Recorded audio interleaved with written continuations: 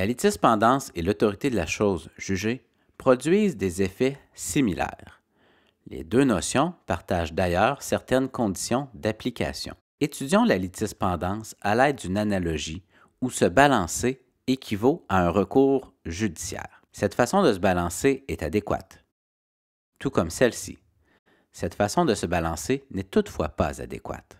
Le rejet ou la suspension d'une instance pour cause de litispendance a notamment pour but d'éviter des jugements contradictoires. Il y a litispendance lorsque deux juridictions compétentes sont saisies d'un litige impliquant les mêmes parties, le même objet et la même cause d'action.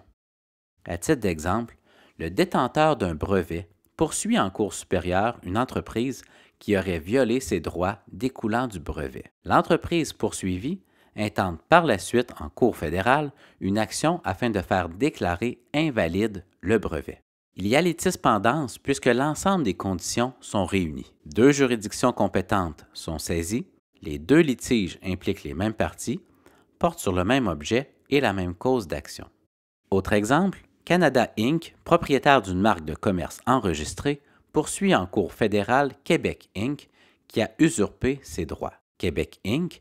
introduit en cour supérieure une poursuite dans laquelle elle prétend que l'enregistrement ne confère aucun droit et réclame à Canada Inc. des dommages. Il y a à nouveau litispendance puisque les quatre conditions sont réunies. Autre exemple, Jean Lefrançais et Aline de Gaspé se marient à Vegas.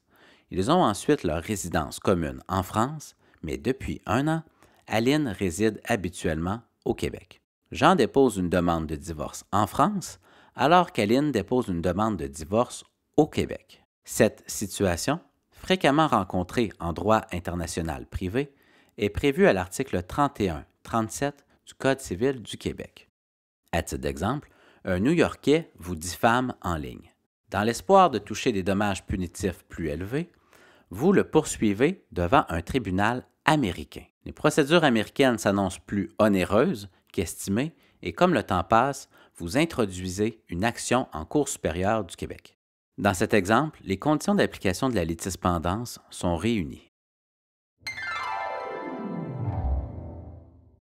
Autre exemple, un contrat est formé au Québec entre un architecte et un entrepreneur pour des travaux à compléter en Ontario. L'entrepreneur poursuit en Cour supérieure de l'Ontario l'architecte qui aurait commis une faute professionnelle et lui réclame le remboursement des honoraires versés jusqu'à présent. De son côté, l'architecte dépose une demande à la Cour du Québec dans laquelle il réclame le paiement du solde de ses honoraires que l'entrepreneur ne lui a pas encore versé. Afin de vérifier votre compréhension, pouvez-vous répondre à la question suivante?